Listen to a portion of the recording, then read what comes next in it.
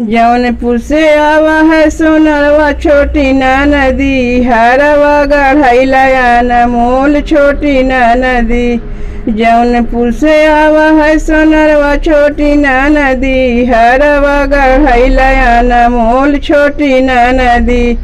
हरवा गढ़ैलया न मोल छोटी ना नदी। हरवा होई गे अपन सोनरवा होई गे सपना, बलमुआ होई गे गुलरी के फूल छोटी ना नदी।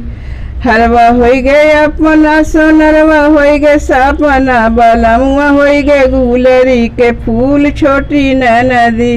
बलमुआ होई गे गुलरी के फूल छोटी ना नदी। जौनपुर से आवा है सोनरवा छोटी ना नदी, कांगना गढ़ैलया न मोल छोटी ना नदी। कांगना गढ़ैलया न मोल छोटी ना नदी। कंगना होई गे अपना सोनरवा होई गे सपना, बलमुआ होई गे गुलरी के फूल छोटी ना नदी। बलमुआ होई गे गुलरी के फूल छोटी ना नदी। जौनपुर से आया है सोनरवा छोटी ना नदी, पायल गढ़ैलया न मोल छोटी ना नदी। पायल गढ़ैलया न मोल छोटी ना नदी।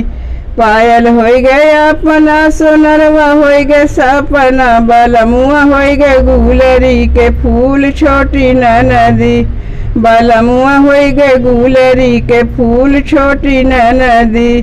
जौनपुर से आवा है सोनरवा छोटी ना नदी, टीकवा गढ़ैलया न मोल छोटी ना नदी।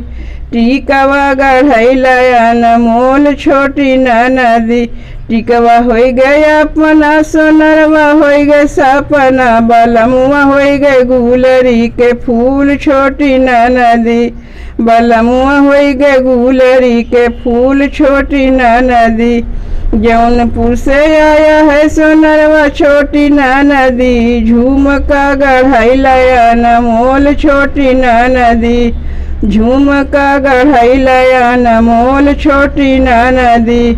झुमका होई गे अपना सोनरवा होई गे सपना, बलमुआ होई गे गुलरी के फूल छोटी ना नदी। बलमुआ होई गे गुलरी के फूल छोटी ना नदी। जौनपुर से आवा है सोनरवा छोटी ना नदी, हरवा गढ़ैलया न मोल छोटी ना नदी। हरवा गढ़ैलया न मोल छोटी ना नदी।